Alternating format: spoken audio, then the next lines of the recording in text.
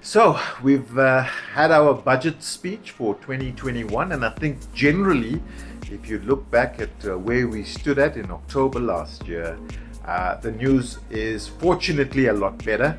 Certainly from the perspective of taxpayers, we got a fair amount of relief, which was unexpected, I think, for a lot of people, the extent of the relief.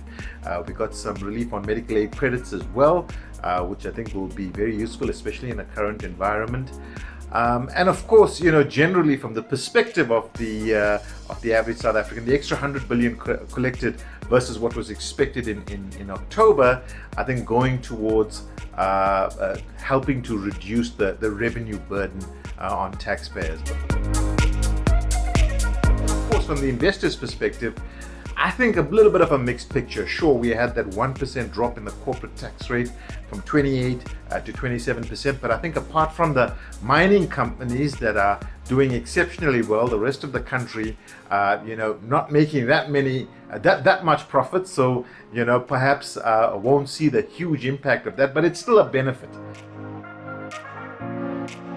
And I think ultimately for me, the thing that I felt was perhaps a little bit lacking, and maybe the thing that we need to work on a little bit more is to try and incorporate in the budget a way of dealing with the huge level of unemployment the country is experiencing at the moment.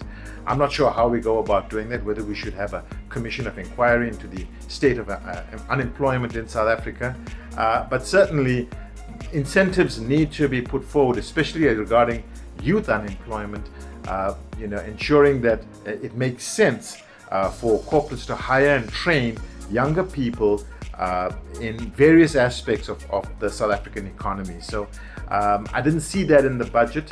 Of course, there are growth initiatives in the budget that will probably only reveal themselves when the infrastructure backlog is attended to as well. Concern around SOEs, again, not really dealt with in significant detail in the budget, but I think ultimately a fair budget, an intermediate budget, and a difficult one in these COVID times. Perhaps in future budgets we'll be able to address some of the more secular issues in our economy.